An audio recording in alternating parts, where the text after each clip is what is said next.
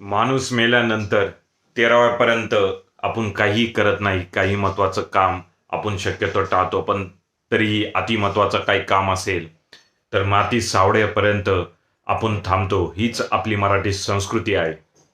परंतु आजच्या या आधुनिक युगात काल जर आपण पाहिलं अजितदादा पवार यांच्या पार्थिवाला अग्नी दिल्यानंतर लगेच मीडिया असेल, त्यानंतर राजकारणी असतील, यांनी आपापले अंदाज बांधायला सुरुवात केली. काही राजकारण्यांनी तर हेही सांगितलं की अजितदादांचीच इच्छा होती दोन्ही राष्ट्रवादींचं विलीनीकरण करण्याची, असे बाईट्सही देऊ लागले.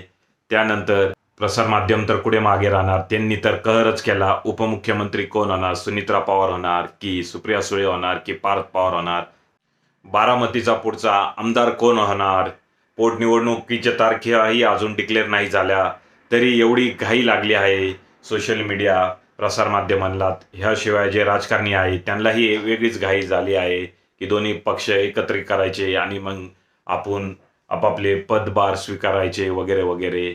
एवढी घाई कशाला आहे? वेळ काय आहे? काळ काय आहे? कालच अजितदादा यांच्या पार्थिवाला अग्नी दिली आहे.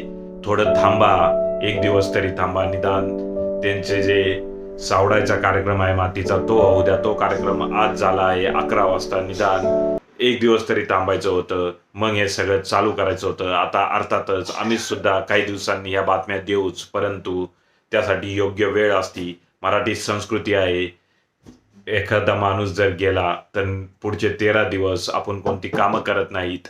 ह्याशिवाय जर अतिमहत्वाचं काही काम असेल तरी त्याची माती सावडेपर्यंत काम आपण करत नाही. हीच हिंदू संस्कृती आहे, हीच मराठी संस्कृती आहे. आणि याचाच कुठेतरी विसर राजकारण्यांना आणि प्रसारमाध्यमांना पडला आहे. काय वाटतं तुम्हाला या सगळ्या प्रकरणाबद्दल? कमेंट करा कमेंट बॉक्समध्ये.